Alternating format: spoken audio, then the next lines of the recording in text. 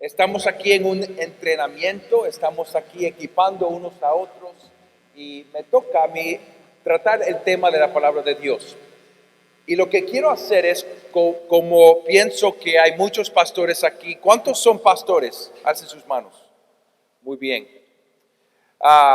¿Cuántos tienen un rol en la iglesia, un rol pastoral en su iglesia? ¿Ok?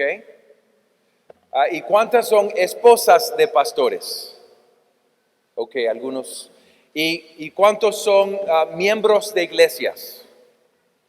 Espero que los pastores también.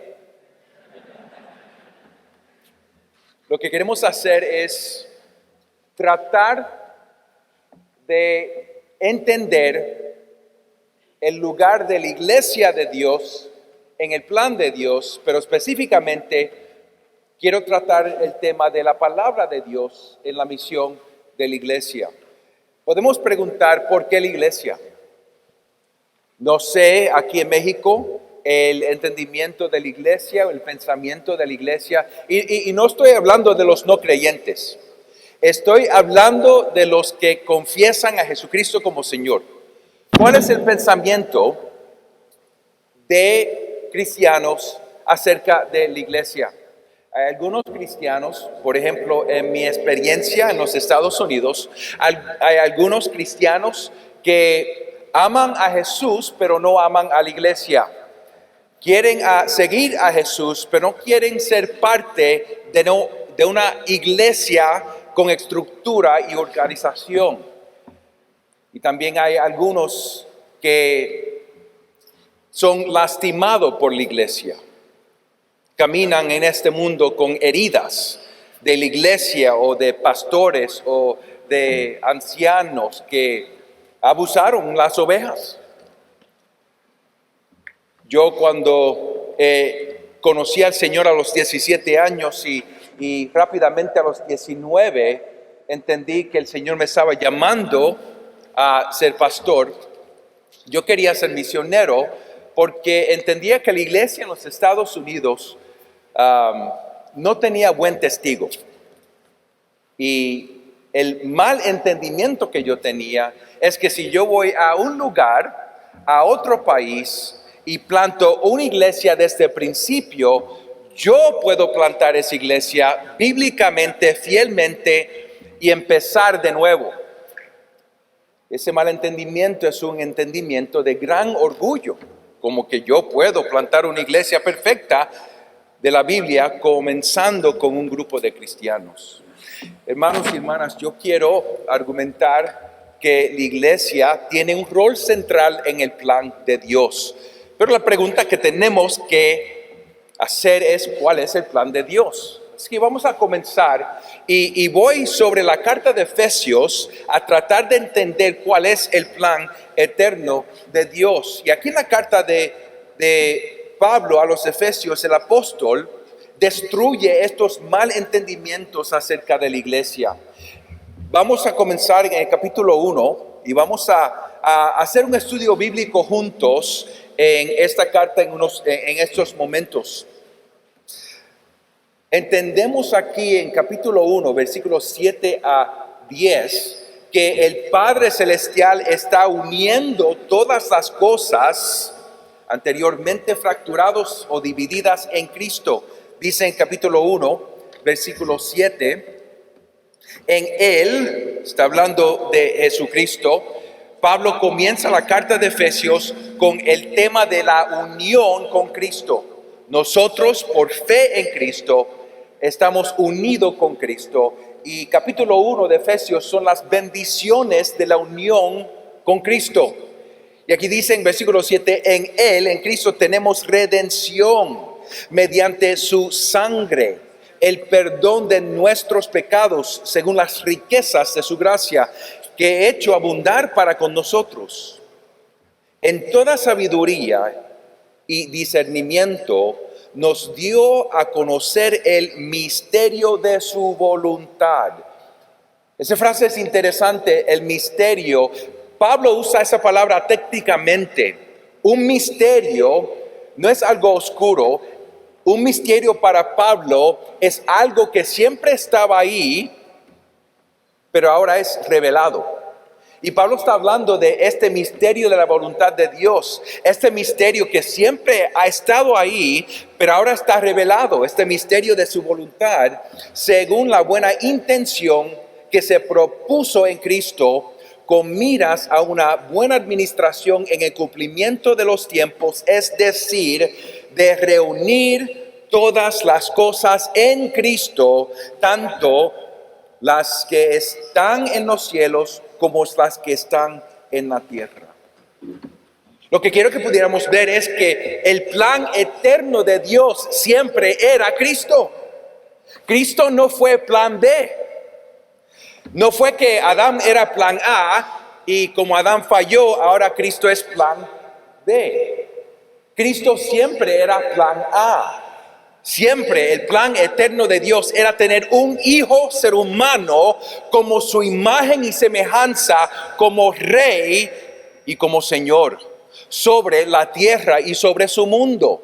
Y Adán falló como ese rey, pero él apuntaba a Cristo que venía a redimir a la humanidad. Y aquí vemos que Jesús es el plan eterno de Dios.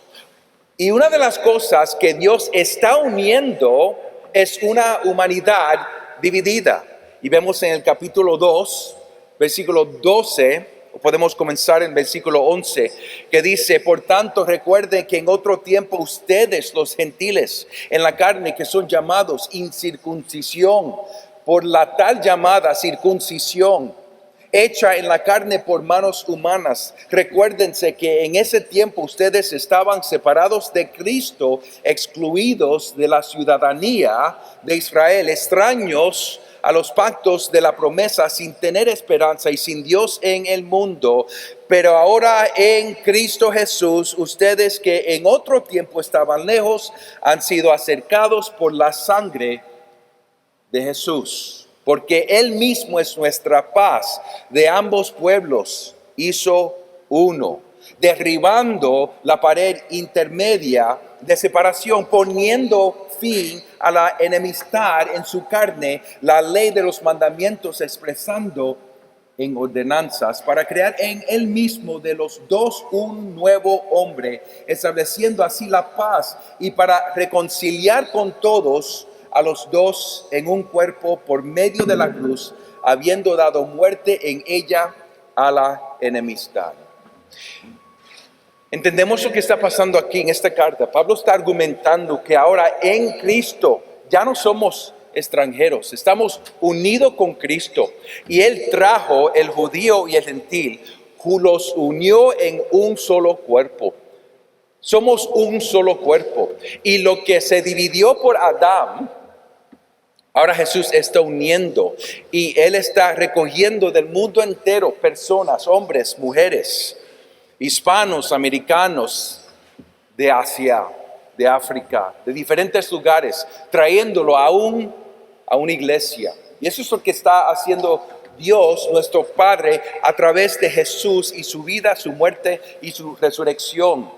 Y el Padre está poniendo todas las cosas bajo Cristo, bajo la autoridad de Cristo, que es el Señor. Fíjense, el capítulo 1, versículo 19.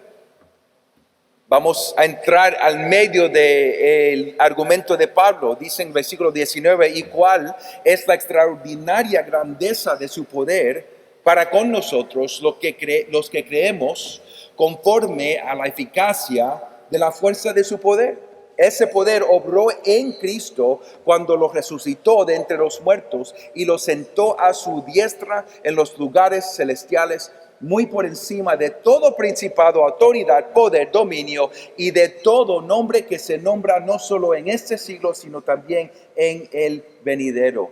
Y todo lo sometió bajo sus pies, y Él lo dio por cabeza sobre todas las cosas. ¿A quién? A la iglesia. A la iglesia, la cual es su cuerpo, la plenitud de aquel que lo llena todo en todo. Ese es mi punto. La iglesia no es el plan eterno de Dios. Jesús es el plan eterno de Dios. Pero la iglesia tiene un rol particular en el plan eterno de Dios. El plan eterno de Dios a exaltar a Cristo como Rey y Señor sobre todas las cosas. Así que la pregunta es, ¿cuál es el rol de la iglesia en el plan eterno de Dios? Y eso lo vemos en Efesios capítulo 3, versículo 8 y 10 hasta el 10. Dice Pablo: a mí, que soy menos que el más pequeño de todos los santos, se me concedió esta gracia: anunciar a los gentiles las inescrutables riquezas de Cristo. Fíjense lo que está Pablo diciendo: este es mi ministerio. Mi ministerio es tomar este evangelio, que es la revelación de Dios acerca de su Hijo como Cristo, como Señor, como Salvador, la exaltación de Cristo como Rey y Señor. Mi privilegio, dice Pablo, es proclamar este Cristo a los no judíos y a llamarlos a entrar al reino de Dios a través del evangelio de Dios, para que pudieran participar en las riquezas del Mesías judío. Pero ahí no para, fíjense el versículo 9. Y sacar a la luz cuál es la dispensación aquí está la palabra de nuevo, del misterio que por los siglos ha estado oculto en Dios, creador de todas las cosas. Fíjense lo que Pablo está diciendo. Él está diciendo, cuando él proclama el evangelio, cuando él está predicando en el mercado, cuando él está predicando en la sinagoga, Pablo está proclamando a Jesucristo. Él está proclamando el plan eterno de Dios, que Jesús es el Cristo, Jesús es el Señor. Este es el plan de Dios. Y el Señor está sometiendo todo bajo de los pies de Jesucristo, porque Jesús es la imagen verdadera de Dios.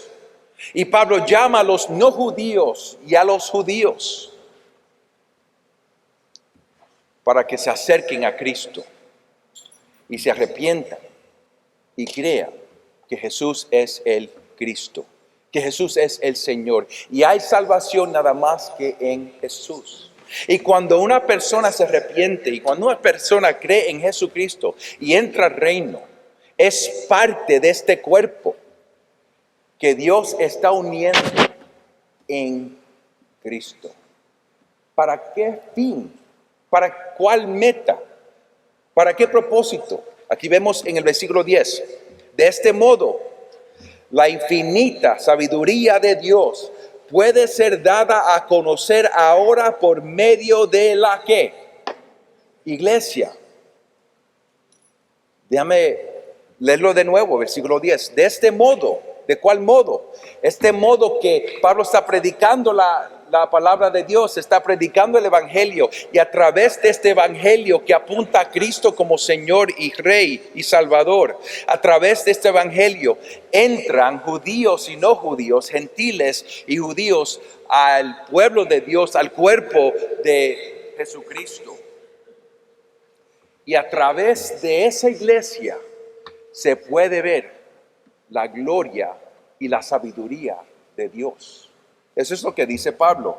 De este modo, la infinita sabiduría de Dios puede ser dada a conocer ahora por medio de la iglesia a los principados y potestades en los lugares celestiales, conforme al propósito eterno que llevó a cabo en Cristo Jesús nuestro Señor.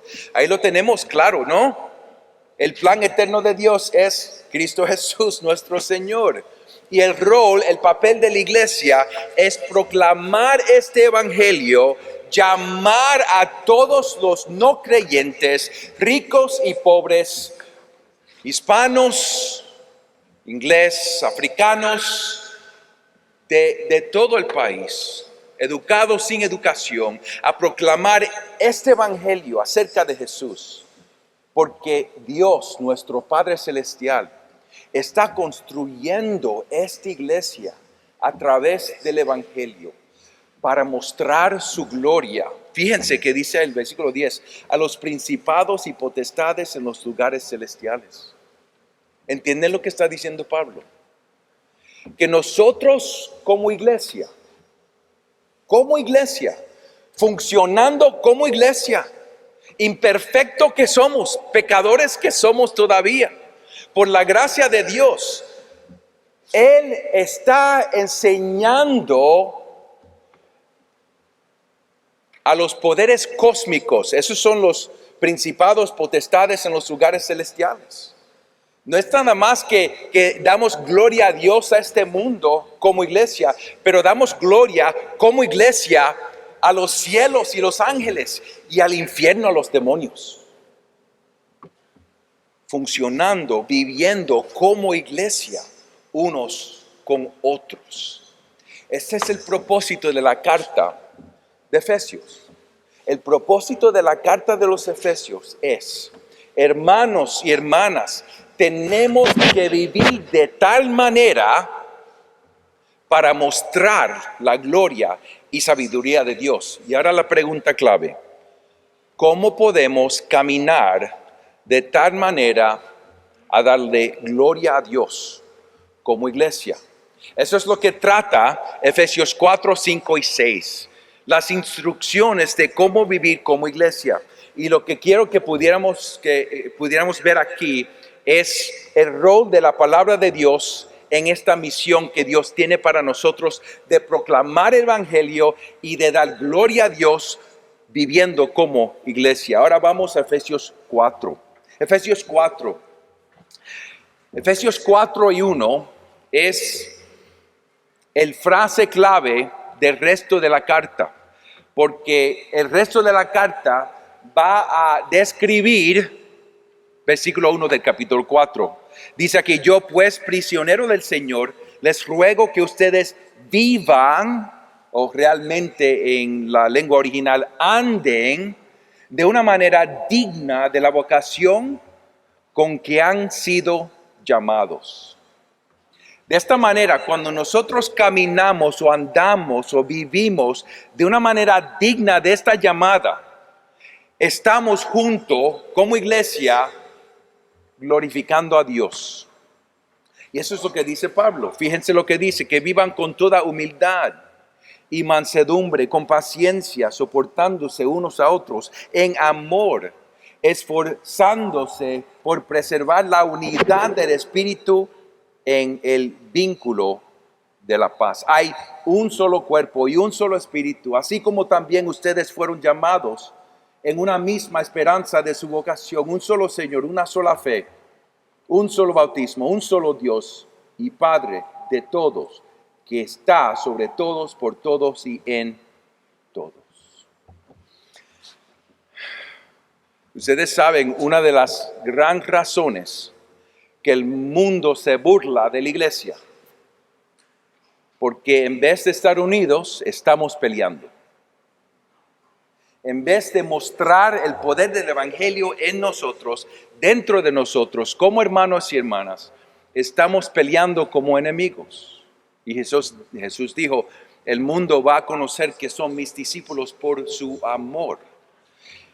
En Juan 13, en Juan 17, en su oración a su Padre Celestial, Jesús dice: el mundo separará que tú me enviaste, porque son unidos y aman unos a otros. Una de las maneras que podemos dar un testimonio a este mundo y podemos proclamar la sabiduría de Dios a los cielos, a los ángeles y al infierno, a los demonios, es vivir en unión, la unión que nos ha dado el Espíritu Santo. Y es importante, eso es lo que nos está diciendo Pablo aquí. Tenemos que vivir en unidad. También tenemos que vivir en santidad. Tenemos que caminar en santidad. Eso es lo que él dice en el capítulo 4, versículo 17 hasta el capítulo 6, 20. Así que caminamos en unidad, caminamos en santidad, y de esa manera, como iglesia, unidos y santos, estamos proclamando a los cielos, al infierno y a este mundo: nuestro Dios es sabio. Ahora, ¿cómo lo podemos hacer? ¿Cómo podemos cumplir esta misión? Creo que vean aquí que el Jesús ascendido ha estructurado su iglesia para esta misión. Fíjense el versículo 11 del capítulo 4. Jesús mismo ha estructurado su iglesia para cumplir esta misión. Dice, Él dio. ¿Quién es Él? El Cristo ascendido. Versículo 9 dice, esta expresión ascendió, ¿qué significa? Sino que Él también había descendido a las profundidades de la tierra. El que descendió es también el mismo que ascendió mucho más arriba de todos los cielos para poder llenarlo todo. Jesús ahora está en los cielos, en el trono, está como Rey y Señor, sometiendo todo bajo de sus pies. Pero ahora Jesús, el Jesús ascendido, está pastoreando su iglesia, Él está dirigiendo su iglesia. Fíjense el versículo 11, por estos ministros de la palabra de Dios. Dice el versículo 11, y Él dio a algunos, Él será apóstoles, a otros profetas, a otros evangelistas, a otros pastores y maestros. Fíjense, he estado explicando el propósito de Dios para la iglesia. El plan eterno de Dios es Jesucristo, exaltar a su Hijo Jesucristo como Rey y Señor. Y el papel de la iglesia es proclamar este evangelio, a recoger de este mundo los no creyentes que se arrepientan y crean en Jesucristo. En esta iglesia, y Jesús ha dado a esta iglesia, dice, apóstoles y profetas. Esas dos palabras están juntos en Efesios 3 veces. Esa es una de las veces. Interesantemente, vemos en Efesios capítulo 2 que apóstoles y profetas son el fundamento de la iglesia. Versículo 19 del capítulo 2 dice, así pues, ustedes ya no son extraños ni extranjeros, sino que son conciudadanos de los santos y son de la familia de Dios.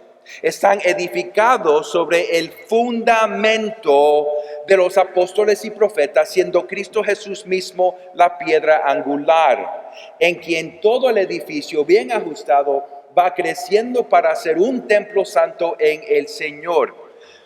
Eso es lo que está pasando aquí. Esto es clave para poder entender el lugar de la palabra en la misión de la iglesia. El lugar de la palabra de Dios en la misión de la iglesia es que la palabra de Dios es el fundamento en cual Jesús está construyendo la iglesia. Si vamos a construir un edificio, necesitamos un fundamento fuerte. Y aquí dice Pablo que el fundamento de la iglesia son los apóstoles y profetas. ¿Por qué ellos? ¿Por qué el fundamento son los apóstoles y profetas? Porque fueron los apóstoles y profetas que recibieron la revelación de Dios que Jesús es mi Hijo y Él es el Mesías.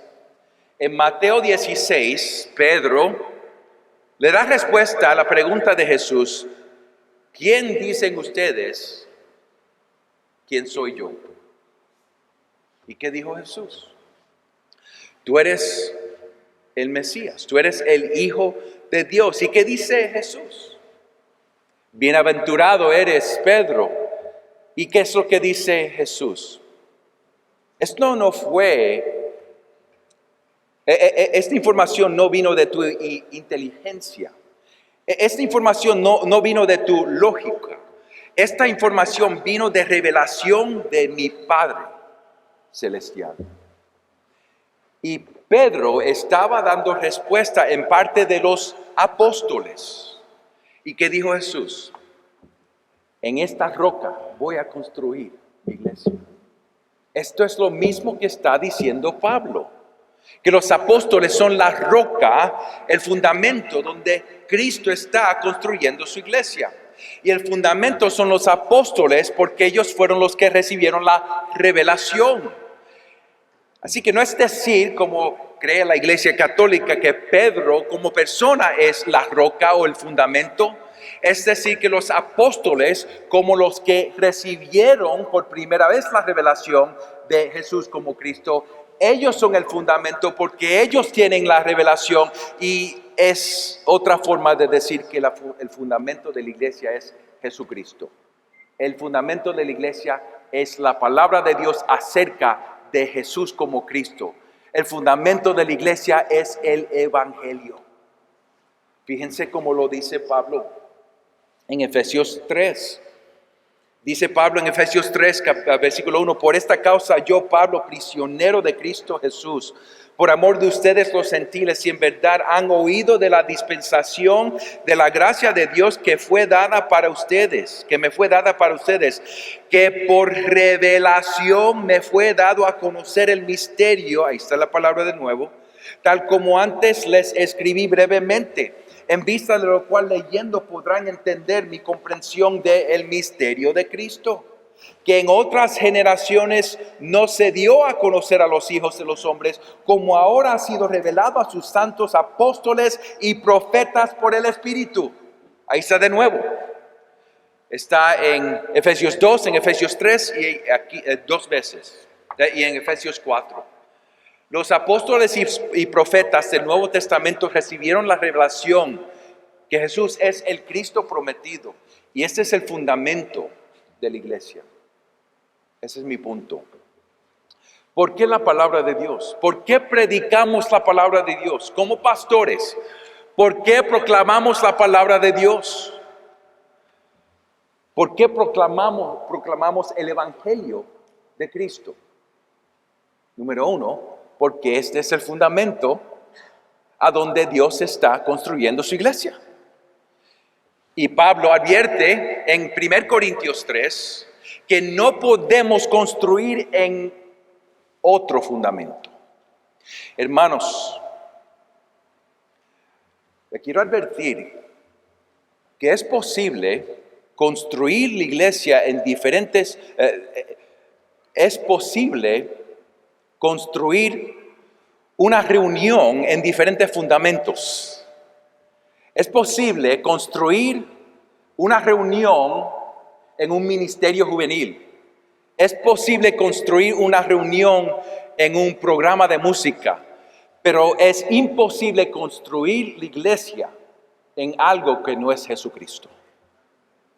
Así que tenemos que tener cuidado que estamos construyendo o participando en la construcción de la iglesia en el fundamento del Evangelio. Por eso es que proclamamos la palabra de Dios. Por eso es que proclamamos el Evangelio. El Evangelio es el poder de Dios para salvar. Así que hermanos, el tiempo que tenemos aquí es un tiempo de entender lo importante que es predicar este Evangelio. Y el ánimo que yo recibo de esto es que hay muchos predicadores que pueden predicar mejor que Juan Sánchez, pero ellos no tienen un mejor evangelio que Juan Sánchez, porque yo tengo el evangelio de Jesucristo.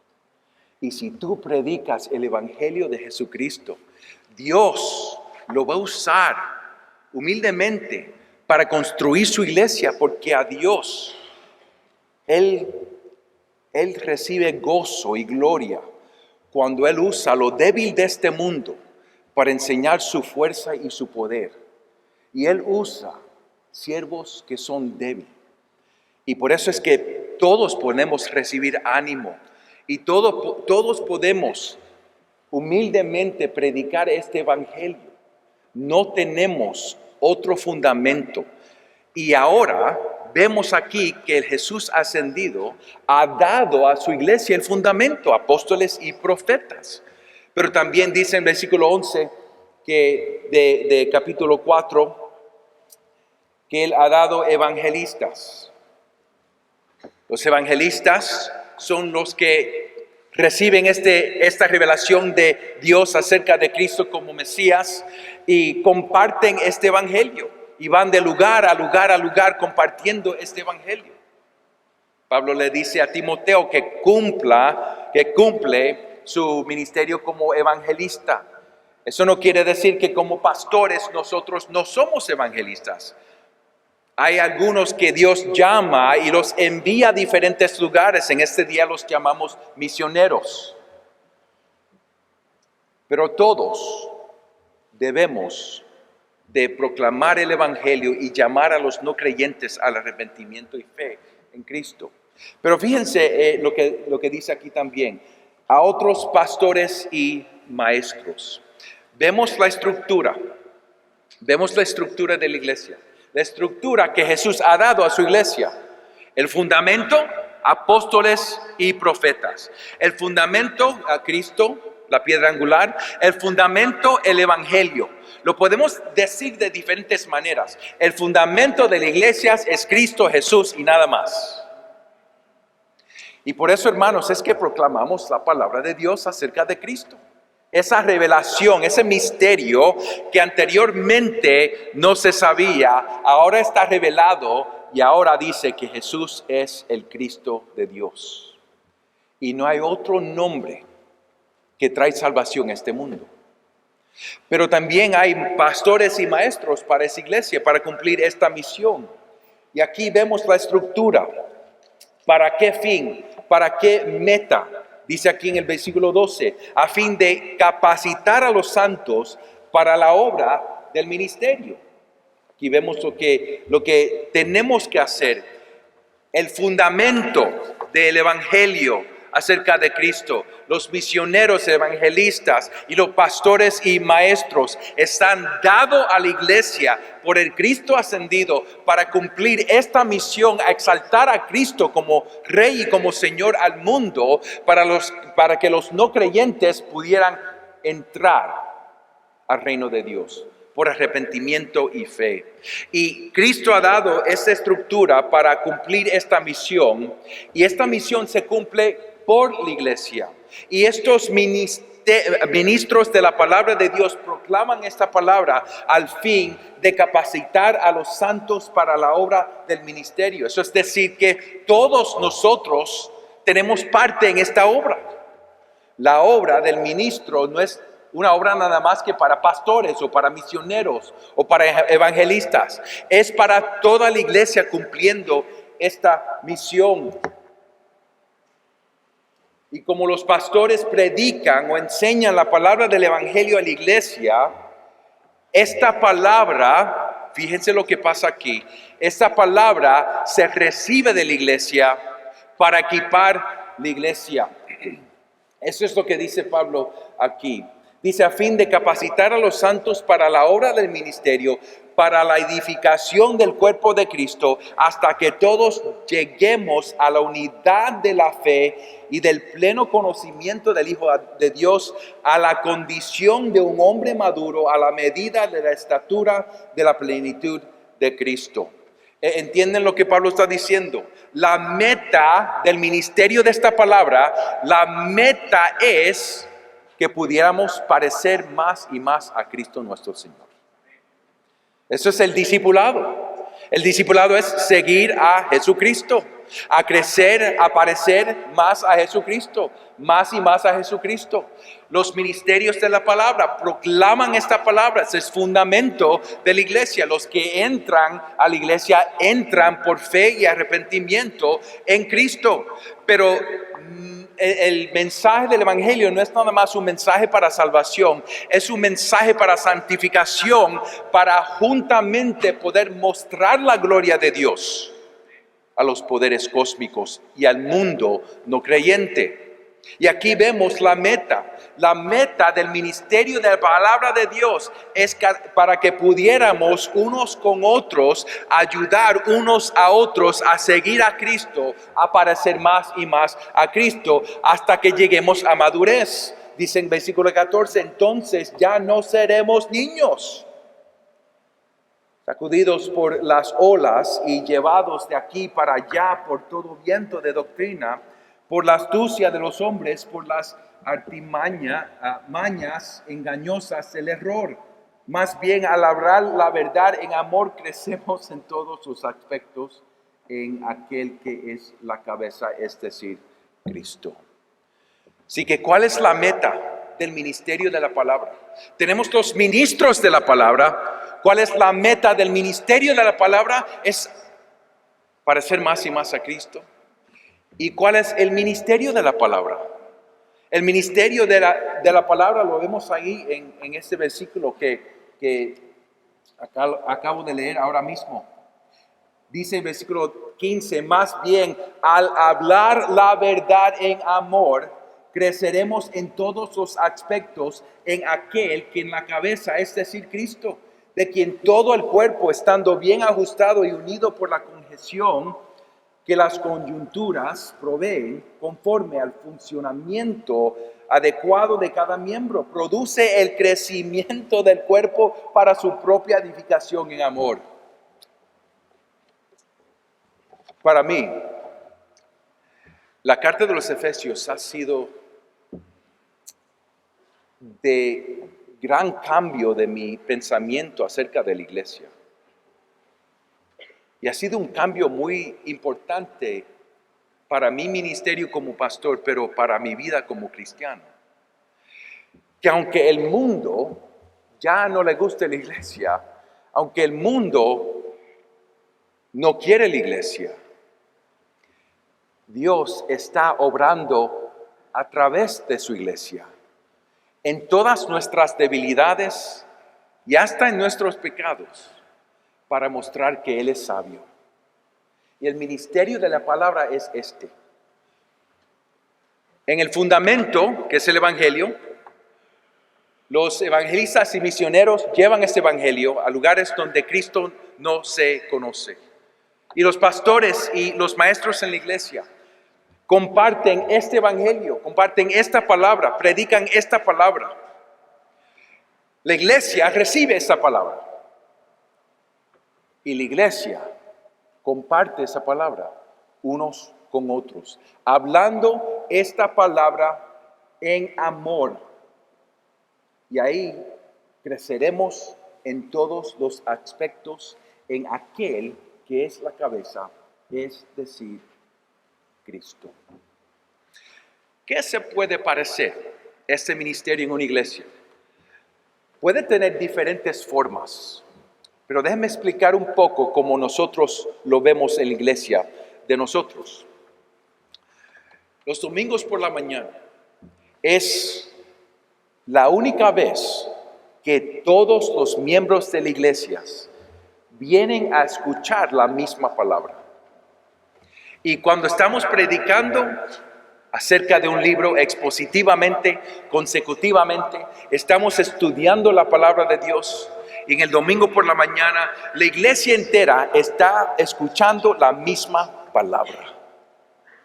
Entonces, por la semana, la iglesia se reúne en casas, en grupos pequeños, para estudiar esta palabra. Y de esa manera, en sus casas están hablando la verdad en amor unos con otros que escucharon en el domingo. Pero también los padres, después del servicio, van a almorzar y le preguntan a sus hijos del sermón, le preguntan a sus hijos que entendieron, que aprendieron. Eso es lo que hacemos en la casa de nosotros con mis hijas. Preguntamos algo como, ¿qué entendiste en este sermón de la palabra de Dios que no habías entendido anteriormente? O cómo el Espíritu Santo usó el sermón o este pasaje en tu vida para enseñarte algo de tu vida que tienes que arrepentirse. Y ahí hablando en el comedor, estamos hablando la verdad en amor unos con otros. Y también les preguntamos a los miembros de nosotros que se reúnan unos con otros por la semana en almuerzo o a tomar café o algo así, hablar sobre la palabra de Dios. Y de esa manera, ese sermón se está hablando y repitiendo en la vida de la iglesia para que todos juntos pudiéramos compartir esa palabra, ese evangelio, ayudar uno a otro a crecer en Cristo. Así que déjenme hablar primero a los pastores. Hermanos pastores, tenemos que tomar el tiempo para estudiar la palabra de Dios. Para en el estudio por la semana entender el punto del texto bíblico, para que ese punto del texto bíblico sea el punto de nuestro sermón, aplicado fielmente a la iglesia de Dios. Esa es la estructura que nos dio Jesucristo. Los pastores y maestros predicando, enseñando la palabra para equipar la iglesia a ministrar unos con otros, a llegar a parecer más a Jesucristo. Así que, pastores, en este tiempo que tenemos estos 2 días, queremos tratar el tema de cómo predicar la palabra fielmente. Eso es lo que estamos tratando de hacer, porque el fundamento de la iglesia de Dios es el evangelio de Cristo. Y tenemos que predicar ese evangelio, construir encima de ese fundamento. Los que tienen un rol pastoral en sus iglesias, todo lo que hacemos en la iglesia debe de apuntar la iglesia entera al ministerio de la palabra de Dios. Todos los ministerios que tenemos en las iglesias no deben de competir con el ministerio de la palabra de Dios. Por eso es que es importante entender el lugar de la palabra de Dios en la misión de la iglesia. Pero a todos que son miembros de la iglesia, ustedes pueden compartir en este ministerio de la palabra, recibiendo la palabra de Dios. No nada más la palabra en la predicación, pero la palabra en su tiempo personal, en leyendo la Biblia y en oración, ayudando a otros a entender cómo seguir a Cristo fielmente. Así que busquen a personas en sus iglesias que pueden ayudar a seguir a Cristo mejor. Y es tan sencillo que hay veces que no entendemos y tratamos de confundir el discipulado.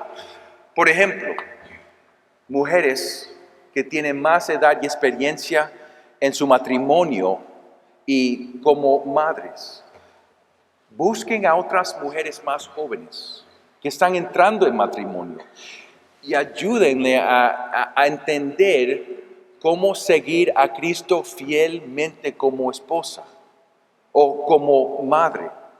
Hermanos, busquen a los jóvenes en sus iglesias para invertir en ellos, porque es posible que de esa manera vamos a entrenar otros que van a enseñar la palabra fielmente. Cada hombre en la iglesia debe de preguntarse, ¿por qué no deseo ser anciano en la iglesia? ¿O por qué no deseo ser pastor? Como dice 1 Timoteo capítulo 3. Debemos todos tratar de llegar a una vida irreprochable. Y hermanos, una de las faltas que se ve en la iglesia es los hermanos mayores funcionando como padres en la iglesia, hablando en amor la palabra de Dios en la vida de los jóvenes en la iglesia. Imagínense ustedes, los voy a dejar con esta imagen. El domingo, el pastor predica la palabra de Dios fielmente, exaltando a Jesucristo. Y ustedes salen a almorzar después y están hablando de la palabra de Dios. Cada familia, los jóvenes, los solteros, y sigan hablando esa palabra por la semana. Y van al trabajo y siguen hablando esa palabra. Y de esa palabra están hablando con los no creyentes, explicando quién es Jesucristo. Y de paso a paso, estamos creciendo más y más en santidad, más y más en unidad, apareciendo más y más a Cristo. Y cuando el mundo no creyente mira a su iglesia, pregunta, ¿hay algo diferente de esa gente? Esa gente está en el mismo mundo, pero ellos se aman unos a los otros, no son perfectos, pero cuando unos de ellos se caen, los otros vienen alrededor y los ayudan a sus pies. Y ellos se aman unos a otros y me aman a mí, aunque no soy cristiano. Y de esa manera, como iglesia, juntamente, proclamando Jesús exaltado, viviendo como familia, apuntando a Dios, para que el mundo y los cielos y el infierno pudieran ver que nuestro Dios es sabio. Vamos a orar. Querido Señor, te damos gracias por este tiempo en la carta de Efesios, para poder entender al principio en esta conferencia cuál es tu plan eterno. Y tu plan eterno es Jesucristo. ¿Y cuál es el rol de la iglesia en este plan? ¿Y cuál es el lugar de la palabra de Dios en la misión de la iglesia? Padre, gracias que no nos has dejado alejado, pero que nos has revelado quién eres tú, quién es tu Hijo, que nos has dado tu Espíritu Santo para poder entender. Querido Señor, te pedimos perdón cuando hemos dado un testimonio de ti o de tu Hijo que no es verdad. Perdónanos, Señor, y ayúdanos a vivir de tal manera que el mundo puede ver que Cristo es nuestra esperanza y por el poder del Espíritu Santo estamos viviendo en el poder de Dios. En el nombre de Jesucristo oramos. Amén.